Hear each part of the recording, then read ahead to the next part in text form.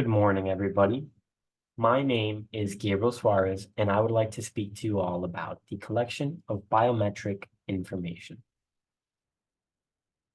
Now, a little introduction into biometric information. It can come in many forms, including facial recognition, fingerprint recognition, iris recognition, and voice recognition. Now, these are all very sensitive pieces of our own personal data, with examples such as your fingerprint and your iris being irreplicable pieces of information that are uniquely to each and every single person. So, of course, this has caused for a lot of people to have a lot of privacy and ethical concerns on the usage of such sensitive information.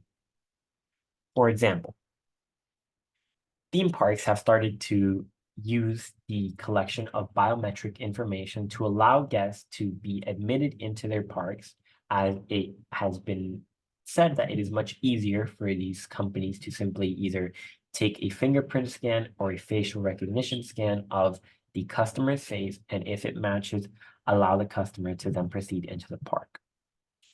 But many people have an issue with this, as it is very sensitive information with a company that doesn't have a history in securing such personal and private information.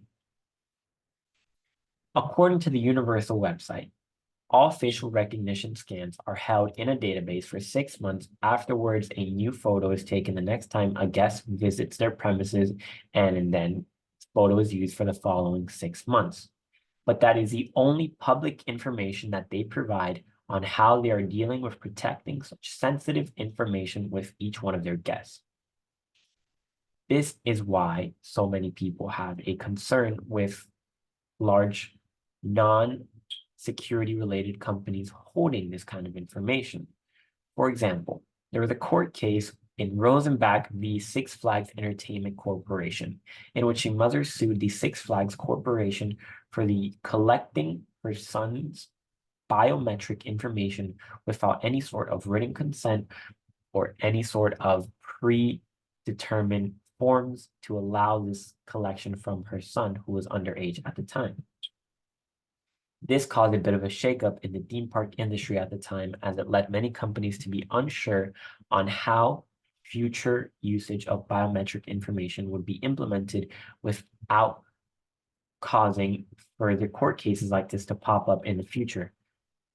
But the precedent set by this case did not allow for this to be the case, and theme park companies have only continued to use this sort of information with their admission into parks. But this is where the Electronic Privacy Information Center has stepped in to force regulations and transparency back into the consumer, forcing these big companies to either abide by strict regulations on how they're using biometric information, or have greater transparency on what they are doing with the information that is being collected in the hundreds of thousands or even millions. But theme parks are not the only ones to use this sort of information. For example, Cleveland Clinic is one of the largest healthcare providers in the United States at the moment, and they have been open about the collection of biometric information for currently only the usage of either protecting medical identity theft or spotting health issues in patients. But other health insurance companies have also publicly admitted to hiring data brokers such as LexisNexis and collecting information on their clients for their own usage.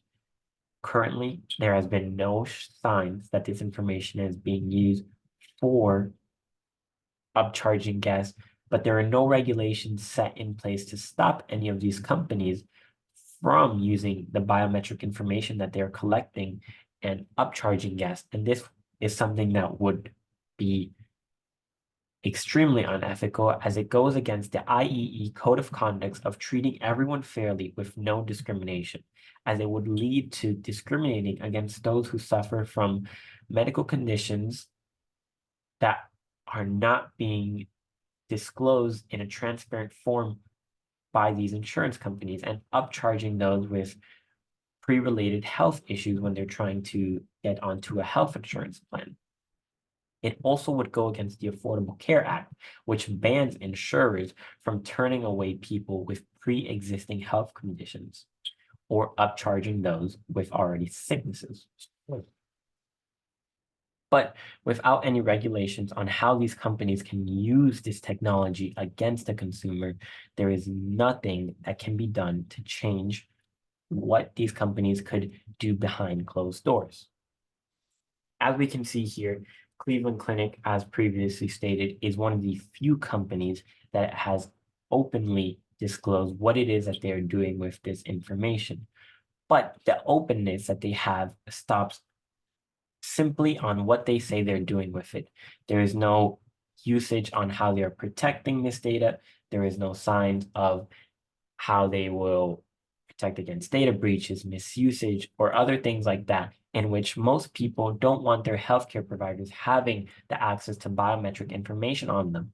But it is being accessed not directly from the consumer, but from third-party data brokers, which are selling them in the millions to these insurance companies. But it doesn't stop at private companies, with large countries such as the Chinese government using biometric information specifically for things such as the social credit system or the civilian identification system, in which they use facial recognition to scan and monitor their citizens based on what they act, do. It would either increase or lower the social credit score with littering or vandalism, shoplifting. All of these things, which would be seen in a negative light, would go against their social credit score. But China is one of the few countries to actually have regulation with biometric information, as China has the Personal Information Protection Law protecting Chinese citizens on how their biometric information is being used and allowing for a more transparent case on what their biometric information is being done with, as the Chinese people are able to choose which company handles their biometric information. They're able to change the provider of who has access to their biometric information. But still, China has the largest police-run DNA database in the world, showing the sheer amount of biometric information that is being collected by the Chinese government to hold a close watch on their citizens.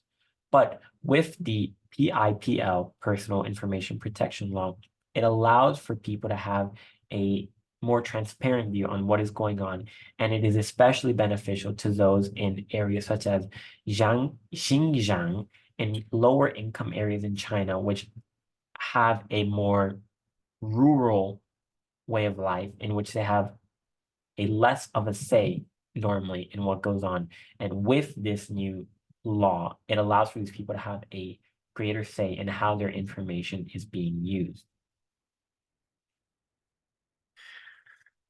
But China is not the only nation to use this. Israel is also a nation which has been increasing their use of biometric information for the usage of anti-terrorism.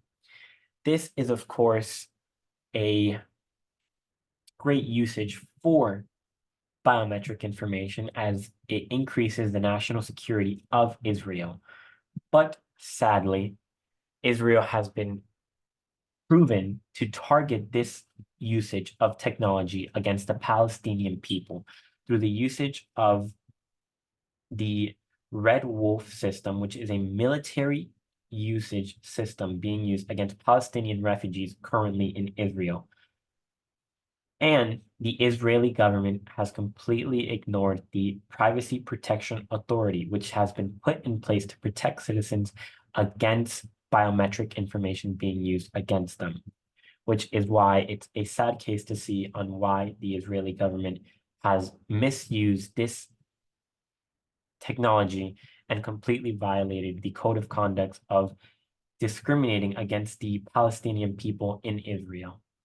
Now, I'd like to show you all my references on what I used.